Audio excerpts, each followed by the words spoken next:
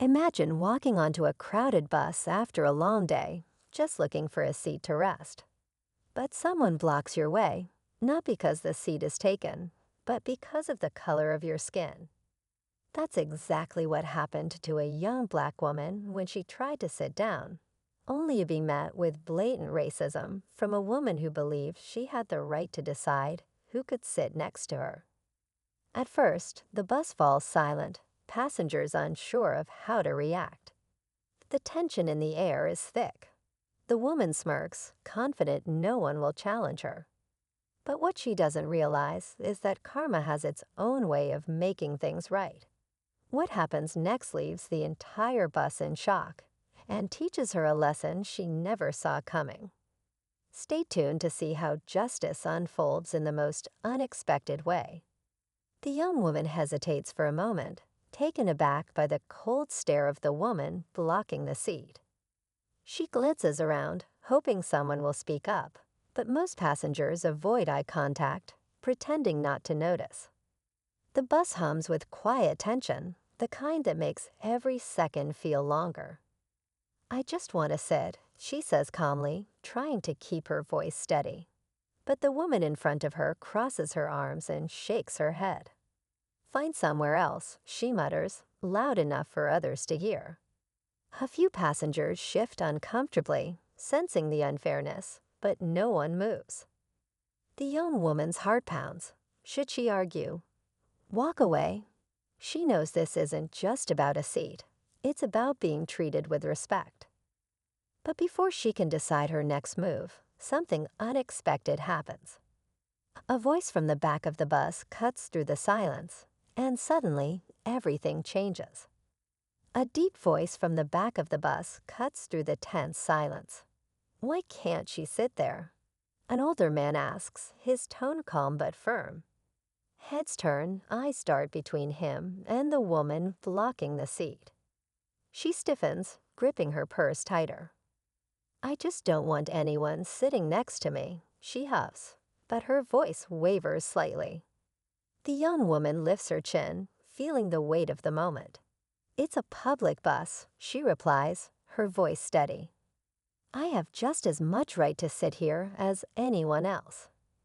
The woman scoffs, rolling her eyes, but the uneasy shifting of passengers around her suggests she's losing her grip on the situation. A mother holding her child glances up from her phone, frowning.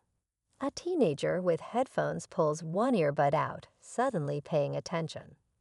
More people are watching now, the tension building like a storm about to break. But no one expects what happens next. The bus seems to hold its breath, the air thick with unspoken words. More passengers are paying attention now, their eyes flickering between the young woman and the lady still refusing to move. The driver glances at the mirror, but stays silent, unsure whether to step in. The young woman tightens her grip on the strap of her bag, refusing to back down. Then another voice joins in. "This isn't right," a middle-aged woman near the front says. A murmur of agreement spreads through the bus. The woman blocking the seat shifts uncomfortably, realizing the crowd is no longer on her side.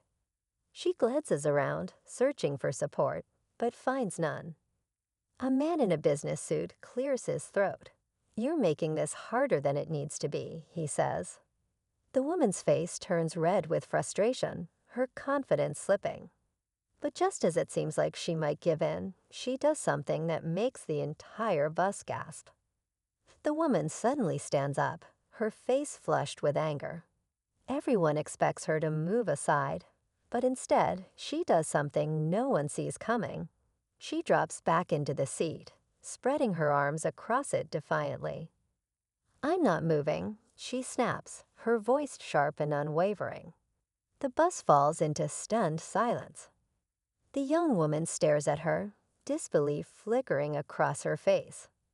A few passengers whisper among themselves, shaking their heads. The tension is unbearable now, pressing against everyone like a heavy weight. The driver exhales loudly, his patience clearly running thin. "Ma'am, you need to let people sit," he says firmly. But before anyone can react, The bus suddenly jerks to a stop at a red light. The woman grips the seat tightly to steady herself, but in doing so, she accidentally knocks over her purse. Its contents spill onto the floor, revealing something that makes everyone freeze.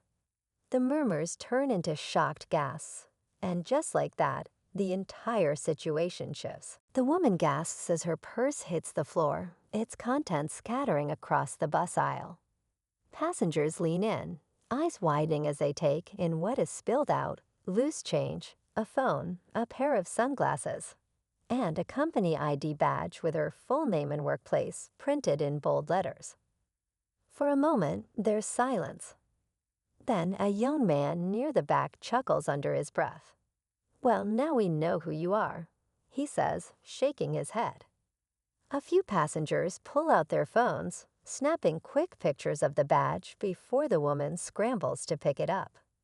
Panic flashes across her face. She knows what this means. The young woman she tried to block doesn't say a word. She doesn't have to.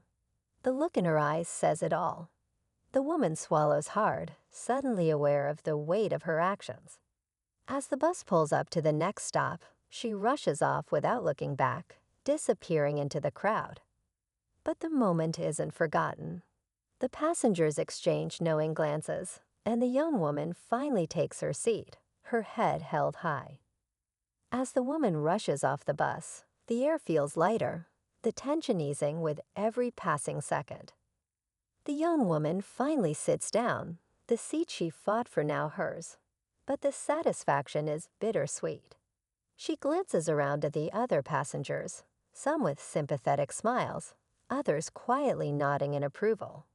The moment, well resolved, lingers in the air, heavy with the weight of what had just happened. But as the bus starts to move again, a surprising turn unfolds. The business-suited man who had spoken earlier stands up, walking over to the young woman. "I just wanted to say," he begins, his voice much softer now, "I saw what you did, and it took a lot of courage." She looks up, not expecting the compliment. Just as she starts to smile, he hands her something, a small piece of paper. It's a job offer from his company. "We're looking for someone just like you," he says, and with a small, knowing smile, he steps off the bus, leaving her stunned.